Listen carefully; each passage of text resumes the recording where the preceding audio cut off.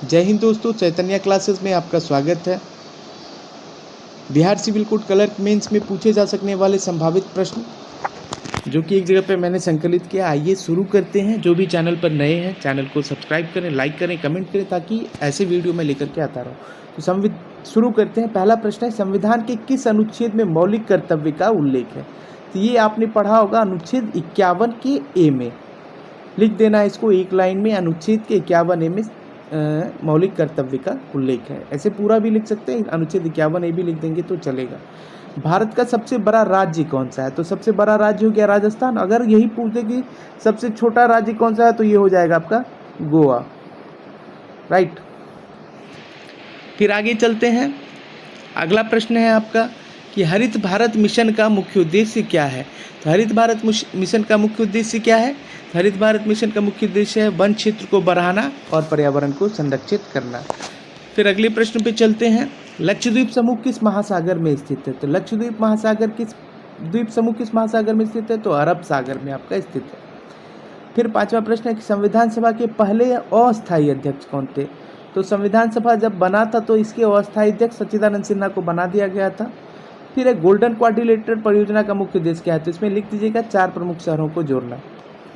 फिर अगला प्रश्न आता है, प्रधानमंत्री आवास योजना का उद्देश्य क्या है? प्रधानमंत्री आवास योजना का उद्देश्य क्या है? तो इसका उद्देश्य यही है प्रधानमंत्री आवास योजना का कि 2025 तक जो है सभी को घर जो है प्रदान करना, ये प्रधानमंत्री आवास योजना का उद्देश्य है। अगला प्रश्न आते हैं। अगला प्रश्न है, भारतीय संविधान का प्रस्तावना किस पर आधारित है?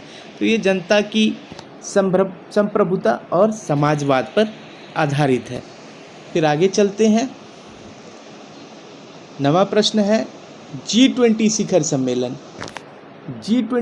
सम्मेलन 2024 कहाँ आयोजित हुआ? ये आपको पता होगा, ये आयोजित हुआ आपका रियो डी जेनेरियो ब्राज़ील में, right. Rio de Janeiro Brazil में। विश्व स्वास्थ्य संगठन ने 2024 में किस बीमारी को खत्म करने का लक्ष्य रखा है? तो ये मलेरिया को पूरी तरीके से खत्म करने का लक्ष्य रखा है WHO ने। फिर अगला प्रश्न आता है, हाल ही में भारत के किस राज्य ने इलेक्ट्रिक वाहन नीति लागू की है? तो इलेक्ट्रिक वाहन नीति लागू करने वाला राज्य है उत्तर प्रदेश। फिर अगला प्रश्न आता है आपका कि भारत के संविधान में कुल कितने मौलिक कर्तव्य हैं? तो ये मौलिक कर्तव्य कुल कितने हैं? तो 11 मौलिक कर्तव्य हैं, राइट। कितने कर्तव्य हैं? 11 मौलिक कर्तव्य हैं। फिर आगे चलते हैं। अगला प्रश्न है आपका कि पानी का क्वथनांक समुद्र तल पर कितना होता है? तो पानी का क्वथनांक समुद्र तल पर कितना होता है? तो 100 डिग्री सेल्सियस इसको लिख देंगे। फिर अगला प्रश्न है, भारत का विदेशी मुद्रा भंडार किसके द्वारा प्रबंध किया जाता है? यानी इसको मैनेजमेंट कौन देखता है? कौन किसके द्वारा देखा जाता है? विदेशी मुद्रा भंडार जो होता है ये तो RBI देखता है, इसको भारतीय रिजर्व बैंक कहते हैं। फिर अगला प्रश्न है 15वां, विश्व का सबसे बड़ा नदी द्वीप कौन सा है? तो विश्व का सबसे बड़ा नदी द्वीप कौन सा है भाई? तो ये इसका आपका हो जाएगा माजुली, जो कि असम में स्थित है, राइट। चलिए आगे बढ़ते हैं। अगला प्रश्न देखते हैं। 16 नंबर ये प्रश्न आ गया आपका हमारे पास। 16वां प्रश्न है आपका, भारतीय संविधान का कौन सा अनुच्छेद शिक्षा और संस्कृति की सुरक्षा का प्रावधान करता है? तो ये अनुच्छेद 29 और 30 में आपने देखा होगा कि जहाँ संस्कृति और शिक्षा का वर्णन किया गया। लोकटक झील कहाँ है? तो ये मणिपुर में। काफ़ी बार पढ़ा होगा आप लोगों ने। ये सारे इंपॉर्टेंट क्वेश्चन। भारत में नोटबंदी की घोषणा कब हुई? इसको 8 नवंबर 2016।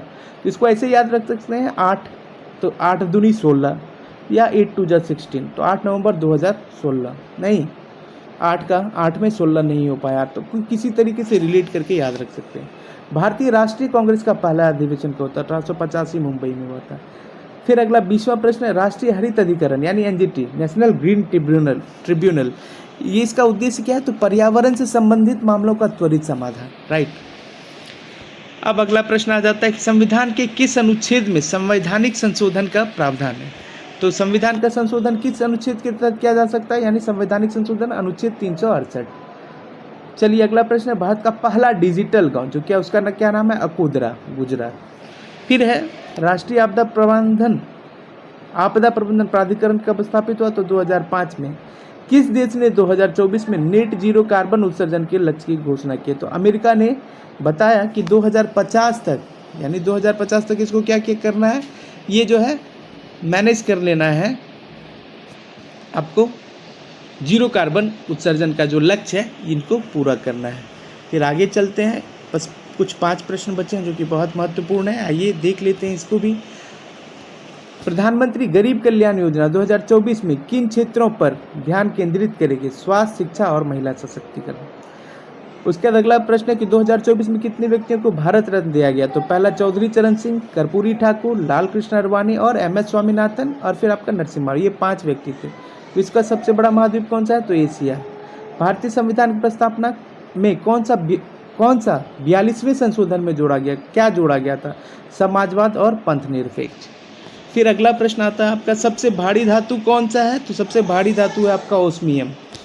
फिर है भारत का सबसे बड़ा कृषि निर्यात उत्पाद कौन सा है? सबसे बड़ा जो कृषि निर्यात होता है जो कि बाहर भेजा जाता है वो है आपका बासमती चावल। तो चलिए ये आपको जो भी है ये 30 प्रश्न बहुत ही इंपॉर्टेंट है। जो भी चैनल पे हैं उस चैनल को सब्सक्राइब करें, ज़रूर सब्सक्राइब करें और लाइक करें।